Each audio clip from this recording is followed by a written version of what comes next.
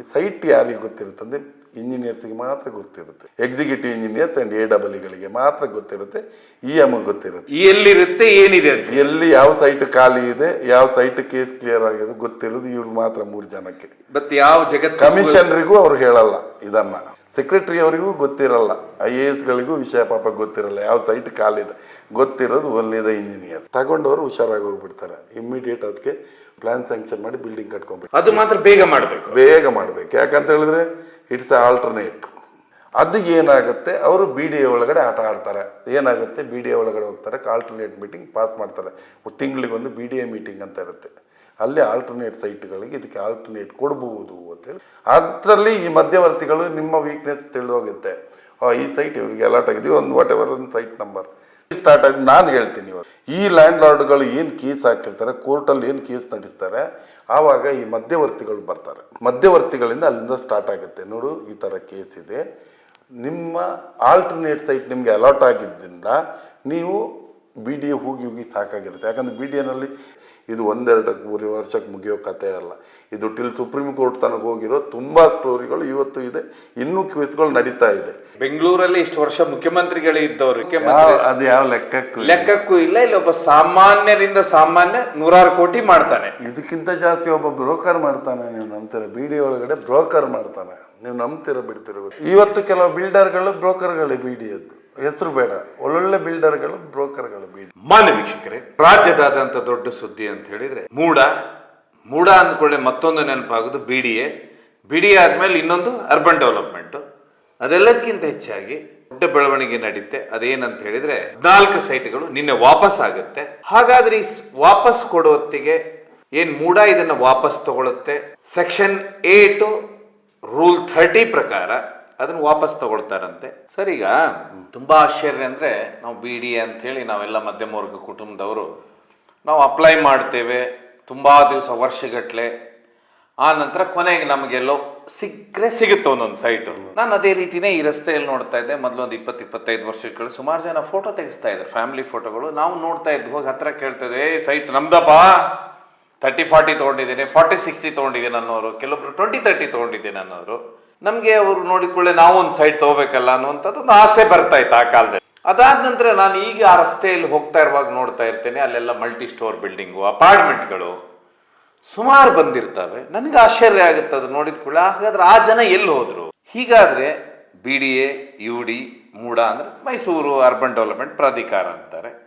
So ಪ್ರತಿ ಇದರಲ್ಲೂ ಬರ್ತಾ ಅದ್ರ BDAಗಿರುವಷ್ಟು ದೊಡ್ಡ ಮಟ್ಟದ ವ್ಯಾಪಕ ಅಂತ ಹೇಳಿದ್ರೆ ಅಲ್ಲಿ ಸೈಟ್ ತಗೊಳ್ಳೋನ್ ದೊಡ್ಡ ನಸೀಬಾನ ಅಂತ ಹೇಳಿ ಇರುತ್ತೆ ಮನುಷ್ಯರಲ್ಲಿ. BDA ಸೈಟ್ ಸಿಕ್ತಪ್ಪ ನನಗೆ ಅಂತ ಕೊನೆ ಕೋಟಿ ಬೆಲೆ ಬಾಳತ್ತಂತ ಸೈಟ್ಗಳು ಇಲ್ಲ. ಈ ಸೈಟ್ ಎಲ್ಲೂ ಹೋದು ಸರ್? ಇಲ್ಲಿ ನಿಮಗೆ BDAಯಿಂದ 89-90 ಎಕ್ವಿಸಿಷನ್ ಮಾಡಿಕೊಂಡು ಸೈಟ್ ಲೇಔಟ್ಗಳನ್ನು ಮಾಡಿಕೊಂಡು ಸೈಟ್ಗಳನ್ನು ಅಲಾಟ್ ಮಾಡ್ತಾರೆ. BDA ಯಾರು ಕಾಸು ಕಟ್ಟಿರ್ತಾರೆ ಅವ್ರಿಗೆ ಅಲಾಟ್ ಆಗುತ್ತೆ. ಅಲಾಟ್ ಆದ ಕೂಡಲೇ ಇಲ್ಲೇನು ಮಾಡ್ತಾರೆ, ಲ್ಯಾಂಡ್ ಲಾರ್ಡ್ಸ್ ಎಲ್ಲ ಲ್ಯಾಂಡಲ್ಲಿ ಮೇಲೆ ಕೇಸ್ ಹಾಕೋತಾರೆ. ಇವ್ರು ಬಂದವರು ಸೈಟ್ ನೋಡ್ತಾರೆ. ಆದರೆ ಇದೆಲ್ಲ BDA ಡಾಕ್ಯುಮೆಂಟ್ ಎಲ್ಲ ರೆಡಿ ಮಾಡಿ ಕೊಟ್ಟಿರುತ್ತೆ. 10 years ಲೀಸ್ ಪೀರಿಯಡ್ ಇರುತ್ತೆ. ಆವಾಗ ಕೊಡಬೇಕಾದ್ರೆ 10 years ಲೀಸ್ ಪೀರಿಯಡ್ ಆದಮೇಲೆ ಸೇಲ್ ಡೀಡ್ ಆಗುತ್ತೆ BDA ಒಳಗಡೆ. ಆದರೆ ಆ ಲೀಸ್ ಪೀರಿಯಡ್ ತನಕ ಅವರು ಅದನ್ನು ಯಾರಿಗೂ ಸೇಲ್ ಮಾಡೋಂಗಿಲ್ಲ ಅನ್ನೊಂದು ಕ್ಲಾಸ್ ಇರುತ್ತೆ. ಸೇಲ್ ಡೀಡ್ ಆಗೋ ತನಕ ವ್ಯವಸ್ಥಿತವಾಗಿ BDA ಒಳಗಡೆ ನಿಮಗೆ ಅಲಾಟ್ಮೆಂಟ್ ಬರುತ್ತೆ. ಆ ಸೈಟ್ ನಂಬರ್ ಎಲ್ಲ ಬಂದಿರುತ್ತೆ. ಅಂದರೆ ಅದು ಸಲ್ಲಿಸೋದು ಹೇಗೆ ಅರ್ಜಿ? ಅದನ್ನು ಅಲ್ಲಿಂದ ಶುರು ಮಾಡೋ ಹೇಳಿ. BDAನಲ್ಲಿ ಇವಾಗ 3 to 4 times ಅಟೆಂಪ್ಟ್ ಮಾಡಿದವರಿಗೆ ಸಿಗುತ್ತೆ. ಮಿನಿಮಮ್ ಅಂದರೆ 3rd time ಇಲ್ಲ 4th time ಅಟೆಂಪ್ಟ್ ಆಗುತ್ತೆ. ಫಸ್ಟ್ ಟೈಮಲ್ಲಿ ಸಿಗಲ್ಲ, ಸೆಕೆಂಡ್ ಟೈಮ್ ಸಿಗಲ್ಲ. 3rd to 4th time ಬಂದಾಗ BDAನಲ್ಲಿ ನಿಮಗೆ you are eligible to site ತಗೋಬಹುದು. ನೀವು ಆವಾಗ ಸಿಗುತ್ತೆ. ಅಂದರೆ ನಾನು ಕರ್ನಾಟಕ ರಾಜ್ಯದವನಾಗಿದ್ದ ಯಾವ ರಾಜ್ಯದವನಾದರೂ ಕರ್ನಾಟಕ ರಾಜ್ಯದವ್ರಿಗೆ ಫಸ್ಟ್ ಪ್ರಿಫರೆನ್ಸ್. ಬೇರೆ ರಾಜ್ಯದವರು ಇಲ್ಲಿ ಬಂದು ಜೀವನ ಮಾಡಕ್ಕೆ ಬಂದು ಬದುಕು ಕಟ್ಟಿಕೊಂಡವ್ರಿಗೂ BDA ಇದು ಕೊಡುತ್ತೆ. ನಾವು BDA ಹೋಗಿ ಅರ್ಜಿ ಹಾಕಿ ಅದನ್ನು ವೆರಿಫಿಕೇಶನ್ ಆಗಿ ನಿಮ್ಮ ಇದಕ್ಕೆ ಅಲಾಟ್ಮೆಂಟ್ ಬರುತ್ತೆ. ಕಾಸು ಕಟ್ಟಿಸ್ಕೊಳ್ತಾರೆ. ನಿಮಗೆ ಈ ಬಡಾವಣೆ ಅಂತ ಇಟ್ಕೊಳ್ಳಿ, ಯಾವುದು BTM 4 stage ಇಲ್ಲಿ ಇದನ್ನೆಲ್ಲ BDA 4 stage ಅಂತಾರೆ. BTM 4 stage ಒಳಗಡೆ ನಿಮ್ಗೆ ಅಲಾಟ್ ಆಗಿರುತ್ತೆ ಸೈಟ್. ನೀವು ಸೈಟ್ ಬರ್ತೀರಾ, ನೋಡ್ತೀರಾ, ಇಂಜಿನಿಯರ್ಸ್ ಎಲ್ಲ ಇದು ಡೀಟೇಲ್ಸ್ ತಗೊಂಡು ನೀವು ಸೈಟ್ ಹತ್ರ ಬರ್ತೀರಾ. ಅಲ್ಲಿ ಏನಾಗಿರುತ್ತೆ, ಯಾರಿಂದ ಲ್ಯಾಂಡ್ ಅಕ್ವಿಸಿಷನ್ ಆಗುತ್ತೆ ಮಿನಿಮಮ್ 3 ಸರಿ ಅಟೆಂಪ್ಟ್ ಆಗಿರಲೇಬೇಕು. ನಾವು ಮಿನಿಮಮ್ ಒಂದು ಸೈಟ್ ಬೇಕಂದ್ರೆ ಅಂದರೆ ಅಷ್ಟು ರಿಕ್ವೈರ್ಮೆಂಟ್ ಇರುತ್ತೆ, ಅಷ್ಟು ಜನ ಅಪ್ಲಿಕೇಶನ್ ಇರುತ್ತೆ. ಫಸ್ಟ್ ಟೈಮ್ ಅವರಿಗೆ ನಾನು ಇವತ್ತೇ ಹಾಕಿ ನಾಳೆ ಸಿಗಬೇಕಂದ್ರೆ BDA ಸಿಗೋಕ್ಕೆ ಲಕ್ಷಾಂತರ ಅಪ್ಲಿಕೇಶನ್ಗಳಿರ್ತವೆ, ಸಿಗಲ್ಲ. ಆ ಸಿಚುವೇಶನಲ್ಲಿ ಏನಾಗುತ್ತೆ ಅಂತ ಹೇಳಿದ್ರೆ ಇವ್ರಿಗೆ ಸೈಟ್ ಅಲಾಟ್ ಆಗುತ್ತೆ. ಅಲಾಟ್ ಆದಾಗ ಇಲ್ಲೇ ಎಷ್ಟು ವರ್ಷ ತಗೊಳುತ್ತೆ ಅಲಾಟ್ ಆಗುತ್ತೆ? 4-5 ವರ್ಷ ಮಿನಿಮಮ್ ಆಗುತ್ತೆ. 100% 4-5 ವರ್ಷ ಮಿನಿಮಮ್. ಅಂದ್ರೆ ಇದು ಒಬ್ಬ ಮಧ್ಯಮ ವರ್ಗದವನು ಕಷ್ಟ, ಇಷ್ಟು ಕಾಯ್ಬೇಕು, ಅವನು ಕಾಯಲೇಬೇಕು, ದುಡ್ಡು ಹಾಕಿ ಕಾಯಲೇಬೇಕು. ಅಂದ್ರೆ ನಿಮ್ಗೆ ಒಳ್ಳೆ ರೀಸನಬಲ್ ರೇಟಲ್ಲಿ ಸಿಗುತ್ತಲ್ಲ, ಭಾರಿ ಕಮ್ಮಿ ರೇಟಲ್ಲಿ ಸಿಗುತ್ತಲ್ಲ ಸೈಟ್. ಆ ರೀಸನ್ಗೆ ನಿಮ್ಗೆ BDAಗೆ ನೀವು ಹೋಗೋದು. ಇಲ್ಲಿ ನೀವು ಬೇರೆಯವ್ರ ಹತ್ರ ಪರ್ಚೇಸ್ ಮಾಡಕ್ ಹೋದ್ರೆ ಆ ರೇಟಲ್ಲಿ ನಿಮ್ಗೆ ಎಲ್ಲೂ ಸಿಗಲ್ಲ. BDA ರೇಟ್ ಒಂದೇ, ಅದರ 10 ಟೈಮ್ಸ್ ಜಾಸ್ತಿ ಇರುತ್ತೆ BDA ರೇಟ್ ಬಿಟ್ಟು. ಹೀಗಾಗಿ 5 ವರ್ಷ ಕಾಯ್ಬೇಕು. 5 ವರ್ಷ ಕಾಯ್ಬೇಕು. ಆದ್ಮೇಲೆ ನಿಮ್ಗೊಂದು ಅಲಾಟ್ ಆಗುತ್ತೆ. ಅಲಾಟ್ ಆದ್ಮೇಲೆ ಸೇಲ್ ಅಗ್ರಿಮೆಂಟ್ ಕೊಡ್ತಾರೆ. 10 ಇಯರ್ಸ್ ನಿಮಗೆ ಸೇಲ್ ಡೀಡ್ ಆಗಲ್ಲ. ಆ 10 ಇಯರ್ಸಲ್ಲಿ ನೀವು ಇವ್ರ ಹತ್ರ ಇಂಜಿನಿಯರ್ ಹತ್ರ ಹೋಗಿ ಅದರ CD ಪ್ಲಾನ್ ಎಲ್ಲ ತಗೋತೀರಿ, ಎಲ್ಲ ಕರೆಕ್ಟ್ ಆಗಿರುತ್ತೆ. ಅರ್ಥ ಆಗಲಿಲ್ಲ ಸರ್. ಈಗ 10 ಇಯರ್ಸ್ ವರೆಗೆ ಸೇಲ್ ಡೀಡ್ ಆಗೋದಿಲ್ಲ ಅಂದ್ರೆ BDA ನಲ್ಲಿ ಕ್ರಮ ಅಂದ್ರೆ ನೀವು 10 ಇಯರ್ ಒಳಗೆ ಮಾರಿದ್ರೆ ಸೇಲ್ ಡೀಡ್ ಮಾಡಲ್ಲ. ನಿಮಗೆ ಯಾರ್ದು ಮಾರ್ಕೋತೀರಾ 10 ಇಯರ್ಸ್ ಡೆವಲಪ್ಮೆಂಟ್ ಬೇಕಲ್ಲ, ಡೆವಲಪ್ಮೆಂಟ್ ಮಾಡಬೇಕಲ್ಲ. ನಿಮಗೆ ಸೈಟ್ ಕೊಟ್ಟು ಕೂಡಲೇ ಆ ಏರಿಯಾ ಡೆವಲಪ್ಮೆಂಟ್ ಆಗಬೇಕಲ್ಲ, ಅದಕ್ಕೆಲ್ಲ ಪ್ರೊವಿಷನ್ ಇದು ಪ್ರೊವೈಡ್ ಮಾಡಬೇಕಲ್ಲ. ಗೌರ್ಮೆಂಟನ್ನು ಅವ್ರಿಗೂ ಜವಾಬ್ದಾರಿಗಳಿರುತ್ತೆ, ಅವರು ಮಾಡಬೇಕು. ಅಷ್ಟೇ ಟೈಮ್ ಬೇಕು ನಿಮ್ಗೆ. ಇಮಿಡಿಯೇಟ್ ಇವತ್ತು ಸೈಟ್ ಕೊಟ್ಟು ಆ ಏರಿಯಾ ಡೆವಲಪ್ ಆಗಿಲ್ಲ, ನೀವು 10 ಹೇಳ್ಕೊತೀರಿ. ಡೆವಲಪ್ ಆದಾಗ ನಿಮ್ಗೆ ಸೇಲ್ ಡೀಡ್ಗೆ ಹೋದಾಗ ಅದೆಲ್ಲ ಡೆವಲಪ್ಮೆಂಟ್ ಆಗಿರುತ್ತೆ ಆ ಏರಿಯಾ. ಸೊ BDAದಲ್ಲಿ ನಾವೇನು ಮಾಡ್ತೇವೆ ಅಂದರೆ ಸೈಟ್ ನನಗೆ ಹೆಸರಲ್ಲಿ ಆದ ನಂತರ ಆ ಸೈಟ್ ನನಗೆ ಇಲ್ಲಿದೆ ಅಂತ ಗೊತ್ತಿರುತ್ತೆ. ನನ್ನ ಸೈಟ್ ಕರೆಕ್ಟ್ ಯಾವುದೋ ಒಂದು ವಾಟ್ ಎವರ್ ನಂಬರ್ ಇರುತ್ತೆ, ಸೈಟ್ ನಂಬರ್ ಇದೆ ನಾನು ಅಲ್ಲಿ ಹೋಗಿ ಮುಂದೆ ಫೋಟೋ ತೆಗೆಸ್ಕೊಳ್ತೇನೆ, ಎಲ್ಲ ಮಾಡ್ತೇನೆ. ಆದ್ರೆ ಸೇಲ್ ಡೀಡ್ ಆಗೋದಿಲ್ಲ. ನಾನು ಇನ್ನೊಬ್ರಿಗೆ ಸೇಲ್ ಮಾಡ್ಲಿಕ್ಕೆ ಆಗೋದಿಲ್ಲ. ನೀವು ಅಗ್ರಿಮೆಂಟ್ ಅನ್ನ ಬೇಕಿದ್ರೆ ಮತ್ತೊಬ್ರಿಗೆ ಇದು ಮಾಡ್ಕೋಬಹುದು. ನಂದು ಅಗ್ರಿಮೆಂಟ್ ನಾನು ಸೇಲ್ ಮಾರುವಾಗಿಲ್ಲ. ಅಲ್ಲಿಗೆ ಒಂದು ಹಂತ ಮುಗೀತು ನಿಮ್ದು. ನಿಮ್ಗೆ ಏನಾಗುತ್ತೆ, ನಿಮ್ಗೆ ಪ್ರಾಬ್ಲಮ್ ಎಲ್ಲಿ ಸ್ಟಾರ್ಟ್ ಆಗುತ್ತೆ ಹೇಳ್ತೇನೆ. ಆ ಲ್ಯಾಂಡ್ ಲಾರ್ಡ್ಸು ಕೋರ್ಟಿಗೆ ಹೋಗ್ತಾರೆ. ನಮಗೆ ಇದು ಬಿಟ್ಟರೆ ಜೀವನಕ್ಕೆ ಬೇರೆ ದಾರಿ ಇಲ್ಲ, ಈ ಜಾಗನ ನೀವು ಅಕ್ವಿಸೇಷನ್ ಮಾಡ್ಕೊಂಡಿದ್ರೆ ಅದನ್ನು ನಮ್ಗೆ ಬಿಟ್ಕೊಡಿ, ಅದನ್ನು ಜೀವನೋಪಾಯಕ್ಕೆ ಮಾತ್ರ ಇರೋದು, ಅದನ್ನು ಕಂಪೆನ್ಸೇಷನ್ ವೆರಿ ಲೆಸ್ ಕೊಡೋದಲ್ವಾ ಲ್ಯಾಂಡ್ ಲಾರ್ಡ್ಸ್ಗೆ. ಯಾವ್ದು ಅಕ್ವಿಸೇಷನ್ ಲ್ಯಾಂಡ್ ಅವ್ರು ಏನ್ ಮಾಡಿರ್ತಾರೆ ಅಂದ್ರೆ ಫಸ್ಟ್ ಕಾಂಪನ್ಸೇಷನ್ ಕೊಟ್ಬಿಟ್ಟಿರ್ತಾರಲ್ಲ. ಕಾಂಪನ್ಸೇಷನ್ ತಗೊಳ್ಳಲ್ಲ, ಕೋರ್ಟಲ್ಲಿ ಇರುತ್ತೆ ಕಾಂಪನ್ಸೇಷನ್. ಎಲ್ಲರೂ ತಗೊಳ್ಳಲ್ಲ. ಯಾಕೆ ತಗೊಳ್ಳೋದಿಲ್ಲ ಅಂದ್ರೆ ವೆರಿ ಲೆಸ್, ಅದು ವೆರಿ ಲೆಸ್. ಒಂದು ಸೈಟ್ ವ್ಯಾಲ್ಯೂನೇ ಇಡೀ ಎಕರೆಗೆ ಬರಲ್ಲ, ಸರಿ, ಆ ವ್ಯಾಲ್ಯೂ ಇರಲ್ಲ. ಅದಕ್ಕೆ ಅವ್ರು ನಮ್ಗೆ ಬೇಡ ಕಾಂಪನ್ಸೇಷನ್. ನಾನು ಇದರಲ್ಲಿ ಕೃಷಿ ಭೂಮಿನಂದು ಅಥವಾ ಯಾವುದೋ ಒಂದು ಇದಕ್ಕೆ ಯೂಸ್ ಮಾಡ್ಕೊಂಡಿರ್ತೇನೆ, ನನ್ನ ಹಿರಿಯಿಂದ ಬಂದದ್ದು, ಆ ಸಮಸ್ಯೆ ಇದ್ದೇ ಇರುತ್ತೆ. ಆವಾಗ ಅವ್ರು ಒಪ್ಕೊಳ್ಳಲ್ಲ. ಒಪ್ಕೊಂಡು ಕೋರ್ಟಿಗೆ ಹೋಗ್ತಾರೆ, ಕೋರ್ಟ್ ಅಕ್ಸೆಪ್ಟ್ ಮಾಡ್ಕೊಳ್ಳುತ್ತೆ, ಕೋರ್ಟಲ್ಲಿ ಕೇಸ್ ನಡೀತಾ ಇರುತ್ತೆ. ಆವಾಗ ಇಲ್ಲಿ ಹೋದಾಗ ಲ್ಯಾಂಡ್ ಲಾರ್ಡ್ಸ್ ಬಿಡಲ್ಲ ನಿಮಗೆ ಸೈಟ್ ಹತ್ರ ಬರೋಕ್ಕೆ. ನನ್ನ ಜಾಗ ಕೋರ್ಟಲ್ಲಿ ಹಾಕ್ಕೊಂಡಿದ್ದೀನಿ, ನಂಗೆ ಆಗುತ್ತೆ ಇದು ಅಂತ ಅವ್ನು ಫೈಟ್ ಮಾಡ್ತಾರೆ. BDA ಕಡೆಯಿಂದ ಲಾಯರ್ ಇರ್ತಾರೆ, BDA ಫೈಟ್ ಮಾಡ್ತಾ ಇರುತ್ತೆ. ಇದು 1-2 ವರ್ಷಕ್ಕೆ ಮುಗಿಯೋ ಕಥೆ ಅಲ್ಲ. ಇದು ಟಿಲ್ ಸುಪ್ರೀಂ ಕೋರ್ಟ್ ತನಕ ಹೋಗಿರೋ ತುಂಬ ಸ್ಟೋರಿಗಳು ಇವತ್ತು ಇದೆ, ಇನ್ನೂ ಕೇಸ್ಗಳು ನಡೀತಾ ಇದೆ. ಆದರೆ ಈ ಆಲ್ಟರ್ನೇಟಿವ್ ಏನು ಕಾಸು ಕಟ್ಟಿರ್ತಾರಲ್ಲ, ಅವರು BDAನಲ್ಲಿ ಹೋಗಿ ತಮ್ಮ ಕಷ್ಟ ಹೇಳ್ಕೊತಾರೆ BDA ಅವ್ರ ಹತ್ರ. ಅಲ್ಲಿ ಹೋದರೆ BDAಲ್ಲಿ ಕೈ ಕಟ್ಕೊಂಡ್ಕೊಂಡು ಸರ್ ಹಿಂಗಾಗಿದೆ ಅಂತ. ಅಲ್ಲಿ ಯಾರಿದ್ದು ಆಫೀಷಿಯಲ್ಸ್ ಏನು ಹೇಳ್ತಾರೆ, ನೋಡಮ್ಮ ನಿಮ್ಗೆ ಆ ಸೈಟ್ ಕೋರ್ಟಲ್ಲಿ ಇರೋದ್ರಿಂದ ನೀವು ಕಾಯಬೇಕು ರಿಸಲ್ಟ್ ಬರೋ ತನಕ. ಇಲ್ಲ ನಿಮಗೆ ಬೇಕಿದ್ರೆ ಆಲ್ಟರ್ನೇಟ್ ಅಂತ ಕೊಡ್ತಾರೆ. ಅದು ಕೊಡೋದು ಹೆಂಗೆ, ಸಮಾನಾಂತರ ಬಡಾವಣೆ ಒಂದೇ ಟೈಮಲ್ಲಿ ಆಗಿರೋ ಅದೇ ಬಡಾವಣೆಗೆ ಇದಕ್ಕೆ ಇಲ್ಲ, ಅದರಿಂದ ನೆಕ್ಸ್ಟ್ ಆಗೋ ಇದರಲ್ಲಿ ನಿಮ್ಗೆ ಅಲಾಟ್ಮೆಂಟ್ ಕೊಡ್ತೀನಿ ಅಂತ ಹೇಳ್ತಾರೆ. ಆದ್ರೆ ಇಲ್ಲಿ ಒಂದು ದೊಡ್ಡ ಪ್ರಶ್ನೆ ಕಾಡೋದೇನಂತ ಹೇಳಿದ್ರೆ, BDAದಲ್ಲಿ ಅಲಾಟ್ ಆಗುತ್ತೆ, ಅಲಾಟ್ ಆದ ನಂತರ ದುಡ್ಡು ತಗೊಳ್ಳೋದಿಲ್ಲ. ಯಾಕೆ ತಗೊಳ್ಳೋದಿಲ್ಲ ಅಂದ್ರೆ, ಫಸ್ಟ್ BDAದವರು ಡೆವಲಪ್ ಮಾಡಿದ್ರಿಂದ 1000 ರೂಪಾಯಿ ಸ್ಕ್ವೇರ್ ಫೀಟ್ ಇರುವಂತ ರೇಟ್ 10,000 ಆದಾಗ ನಾವು ಅದು ಕೇಸ್ ಹಾಕೊಳ್ಳುವಂತ ಕಾಯ್ಕೊಂಡು ಕೂತ್ಕೊಳ್ತಾರಲ್ಲ. ಅದು ಕೇಸ್ ಹಾಕಿದ್ರೆ ಮಾತ್ರ. ಒಂದು ಬೇಸಲ್ಲಿ ಕೇಸ್ ಬಿದ್ದಿಲ್ಲ ಅಂದ್ರೆ ಅದಕ್ಕೊಂದು ಮಿನಿಮಮ್ ಇಯರ್ಸ್ ಇದೆ. ತನಕ ಕೇಸ್ ಹಾಕಿಲ್ಲ ಅಂದ್ರೆ ಮತ್ತೆ ಕೇಸ್ ಹಾಕೊಳ್ಳೋಕ್ಕಾಗಲ್ಲ. ಲ್ಯಾಂಡಲ್ಲಿ ಅವರ ಇದಕ್ಕೆ ನೋಟಿಸ್ ಆಗಿಲ್ಲ, ಅವ್ರಿಗೆ ಗೊತ್ತಾಗಿಲ್ಲ ಅಂತ ಹೇಳಿದ್ರೆ ಮತ್ತೆ ಏನೋ ಒಂದು ಪ್ಲ್ಯಾನ್ ಮಾಡಿ ಅದ್ರ ಮೇಲೆ ಕೇಸ್ ಹಾಕೋತಾರೆ. ಕೇಸ್ ಅಂತ ಅಡ್ಮಿಟ್ ಆಗೇ ಆಗುತ್ತೆ. BDA ನನ್ನ ಜಾಗ ಅಕ್ವಿಸೇಷನ್ ಆಗಿದ್ರೆ ಅದು ಕೇಸ್ ಅಡ್ಮಿಟ್ ಆಗೇ ಆಗುತ್ತೆ. ನಾನು ಅದೇ ಹೇಳೋದು, ಈಗ 10 ವರ್ಷ ಆಯ್ತು BDA ಅಕ್ವಿಸೇಷನ್ ಮಾಡ್ಕೊಂಡು, 9 ವರ್ಷ ಆಯ್ತು. BDA ಲೇಔಟ್ ಮಾಡಿದೆ, ಕರೆಕ್ಟಾ, ಎಲ್ಲ ಆಗಿದೆ. ಅಲ್ಲಿ ಎಲ್ಲೂ ಬಿಲ್ಡಿಂಗ್ ಕಟ್ಟಿಲ್ಲ ಯಾರು. ಹೌದು, 4-1, 6-1, 16-2 ಎಲ್ಲ ಆದ್ಮೇಲೆ ಎಲ್ಲ ಬಿಲ್ಡಿಂಗ್ ಕಟ್ಟಿಲ್ಲ. 9ನೇ ವರ್ಷಕ್ಕೆ ನಾನು ಆ ಲ್ಯಾಂಡ್ ಲಾರ್ಡ್, ನನಗೊಬ್ಬ ಬಂದು ವ್ಯಕ್ತಿ ಹೇಳ್ತಾನೆ, ಯಾರೊಬ್ಬ ವಾಟ್ ಎವರ್ ರಾಜಕಾರಣಿನೋ ಇನ್ನೊಬ್ಬನು ಬಂದು ಹೇಳ್ತಾನೆ, ಎಷ್ಟಿದೆಯಪ್ಪ ನಿಂದು ಸೈಟು? ಸರ್ ನಂದು ಎಷ್ಟು ಎಕರೆ ಇತ್ತು ಜಾಗ ಇಲ್ಲಿ? ಸರ್ 3 ಎಕರೆ ಇತ್ತು ಅಂತಾನೆ.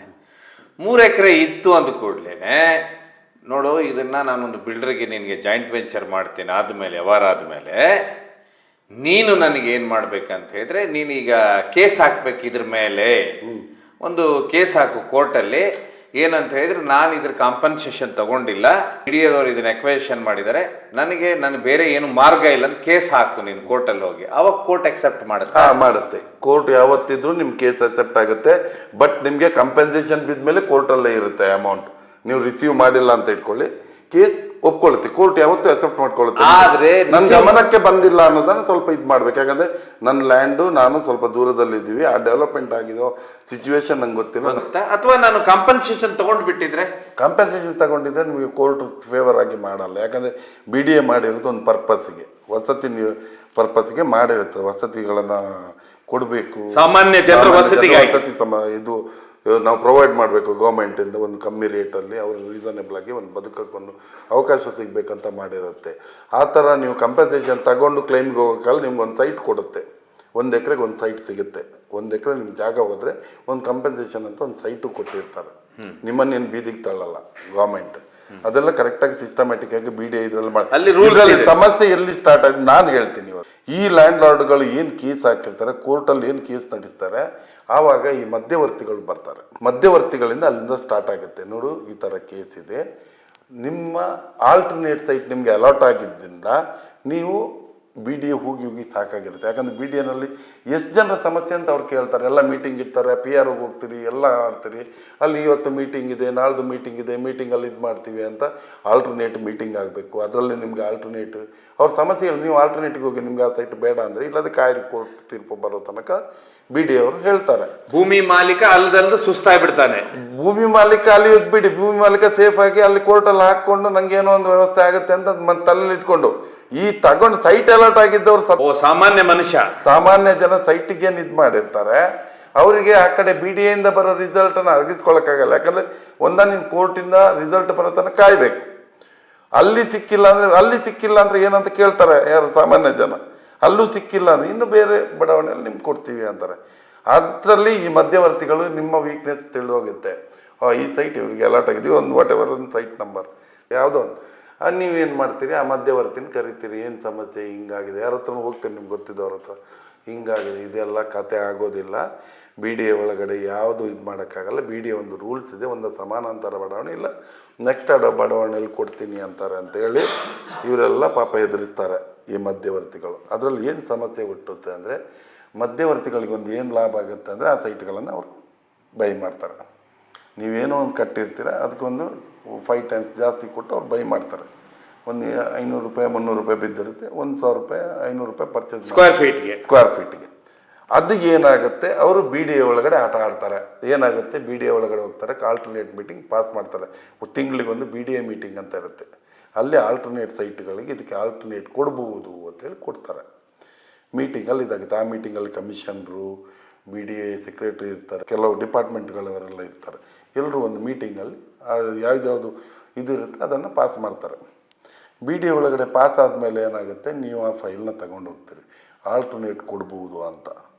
ನೀವೇನು ಮಾಡ್ತೀರಿ, ನಿಮ್ಮ ಯಾರೋ ಗೊತ್ತಿರೋ ಹತ್ರ ಹೋಗಿ, ನಂದು ಆಲ್ಟರ್ನೇಟ್ 50-80 or 40-60 ಅಥವಾ 30-40 ವಾಟ್ ಎವರ್ ಡೈಮೆನ್ಷನ್ಸ್, ನಂಗೊಂದು ಇಂಥ ಸೈಟ್ ಆಲ್ಟರ್ನೇಟ್ ಬರೆದಿದ್ದಾರೆ, ನಂಗೊಂದು ಕೋರಮಂಗಲದಲ್ಲೋ HSR ಲೇಔಟಲ್ಲೋ ಇಲ್ಲ ಸಿಕ್ಕಿದೆ ಸದಾಶಿವನಗರ ತಗೋತಾರೆ.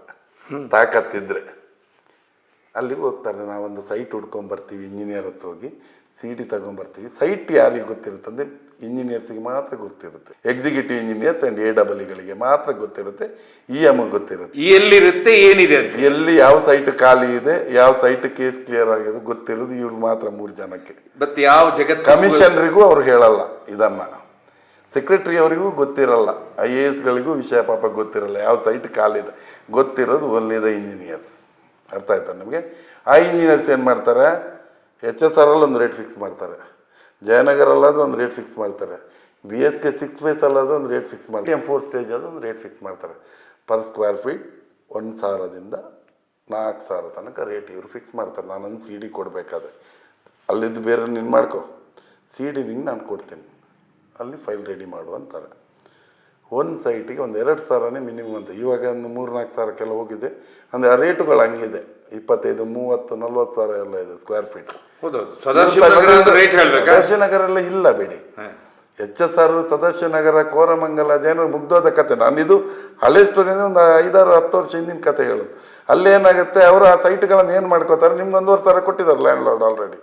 ಇಲ್ಲಿ ಡೀಲಿಂಗ್ಗಳಿಗೆ ಕಾಸು ಕೊಡಬೇಕಲ್ಲ, ಅಲ್ಲಿ ಫಿಕ್ಸ್ ಆಗೋದು ಸ್ಕ್ವೇರ್ ಫೀಟ್ ಲೆಕ್ಕ. ಈ ಸ್ಕ್ವೇರ್ ಫೀಟಿಗೆ ನಂಗೆ 2000 ಇಂಜಿನಿಯರ್ಸ್, ಒಬ್ರಿಗೆ 2000, ಇನ್ನೊಬ್ರಿಗೆ ಇದಂತ ಒಂದು CD ರೆಡಿ ಮಾಡ್ಕೋತೀರಿ. ರೆಡಿ ಇಟ್ಕೊಂಡು ಈ ಸಿ ಡಿ ಯಾರಿಗೆ ಕೊಡಬೇಡಿ ಸರ್ ಅಂತ, ಆ ನಂಬರ್ ಯಾರಿಗೆ ಹೇಳಲ್ಲ ಅಂತ ಒಂದು ಪ್ರಾಮಿಸ್ ಮಾಡ್ಕೊಂಡು ಆ ಸಿ ಡಿಗಳನ್ನು ಇಟ್ಕೊಂಡಿರ್ತೀರಿ. ಸಿಡಿಗಳ ಸಿ ಡಿ ಕರೆಕ್ಟ್ ಡೈಮೆನ್ಷನ್ ಅಂತ ಆ ಓಹೋ ಸಿ ಡಿ ಅಂತ ಆಗುತ್ತೆ. Very nice. ಆ ಸಿ ಡಿ ವೆರಿಫಿಕೇಷನ್ಗೆ ಇ ಎಮ್ಗೆ ಹೋಗುತ್ತೆ. ಇ ಎಮ್ ಅವ್ರು ಇರ್ತಾರೆ ಅಲ್ಲಿ, ಇ ಎಮ್ ಗೊತ್ತಿರುತ್ತೆ. ಇದು ಅವ್ರಿಗೆ ಆಲ್ಟರ್ನೇಟ್ ಸೈಟ್ ಕೊಡೋಕ್ಕೆ ಒಂದು ಕೋರ್ಟಿಂದ ಡೈರೆಕ್ಷನ್ ತಗೊಂಬಂದಿರ್ತಾರೆ ಅವರು, ಇವ್ರಿಗೆ ಕೊಡಬೇಕು ಅಂತ. ಇಲ್ಲದಿದ್ದರೆ ಇಲ್ಲೇ ಪಾಪ ಅವರು ಒರಿಜಿನಲ್ ಸೈಟ್ ಅಲಾಟ್ ಆಗಿರೋರಿಗೆ ಇಲ್ಲ. ಇದು 90% ಆಗಿರೋದು ಇದೇ ವ್ಯವಹಾರ. ಅವು ಇವ್ರೇನು ಮಾಡ್ತಾರೆ, ಎಚ್ ಎಸ್ ಆರ್ ಒಳಗಡೆ ಒಳ್ಳೊಳ್ಳೆ ಎಲ್ಲಿ ಜಾಗಗಳು ರೇಟ್ ಇದೆ, 5,000 15,000 8,000 ಮೇಲೆ ಹೋಗೋ ಸೈಟ್ಗಳನ್ನ ತಗೊಂಬರ್ತಾರೆ. ಯಾಕಂದ್ರೆ ಬೇರೆ ಕೆಲಸಗಳಿದೆ, ಅಲ್ಲಿ ತುಂಬ ಕೆಲಸ ಇದೆ. ಎಲ್ಲ ವ್ಯವಹಾರಗಳನ್ನು ಇದರಲ್ಲಿ ಹೇಳಕ್ಕೆ ಅವರು ಆ ಸೈಟ್ಗಳನ್ನು ಹಾಕ್ಕೊಂಬಿಟ್ಟು ಅದನ್ನು ಬೇರೆಯವ್ರಿಗೆ ಸೇಲ್ ಮಾಡ್ತಾರೆ. ಅಷ್ಟೊತ್ತಿಗೆ ಅವ್ನಿಗೊಂದು 4,000 5,000 ರೇಟ್ ಬಿದ್ದಿರುತ್ತೆ. ಪರ್ ಸ್ಕ್ವೇರ್ ಫೀಟ್ ಮೇಲೆ ಒಂದು 2-3,000 ಸಿಕ್ಕಿದೆ ಸಾಕು ಅಂತ ವ್ಯವಹಾರ ಮುಗಿಸ್ಕೊಂಡ್ಬಿಡ್ತಾರೆ. ತಗೊಂಡವರು ಹುಷಾರಾಗಿ ಹೋಗ್ಬಿಡ್ತಾರೆ. ಇಮ್ಮಿಡಿಯೇಟ್ ಅದಕ್ಕೆ ಪ್ಲ್ಯಾನ್ ಸ್ಯಾಂಕ್ಷನ್ ಮಾಡಿ ಬಿಲ್ಡಿಂಗ್ ಕಟ್ಕೊಂಡ್ಬಿಡ್ತಾರೆ. ಅದು ಮಾತ್ರ ಬೇಗ ಮಾಡಬೇಕು, ಬೇಗ ಮಾಡಬೇಕು. ಯಾಕಂತ ಹೇಳಿದ್ರೆ ಇಟ್ಸ್ ಆಲ್ಟರ್ನೇಟ್. ನೀವು ಒಳ್ಳೆ ಜಾಗ ತಗೊಂಡು ಸಮಾನಾಂತರ ಬಡಾವಣೆ ಬಿಟ್ಟು ಬೇರೆ ಕೆಳಗಡೆ ತಗೊಂಡಿದ್ದು ನೆಕ್ಸ್ಟ್ ಇದ್ರಲ್ಲಿ ತಗೊಂಡಿದ್ದು ನೋ ಪ್ರಾಬ್ಲಮ್.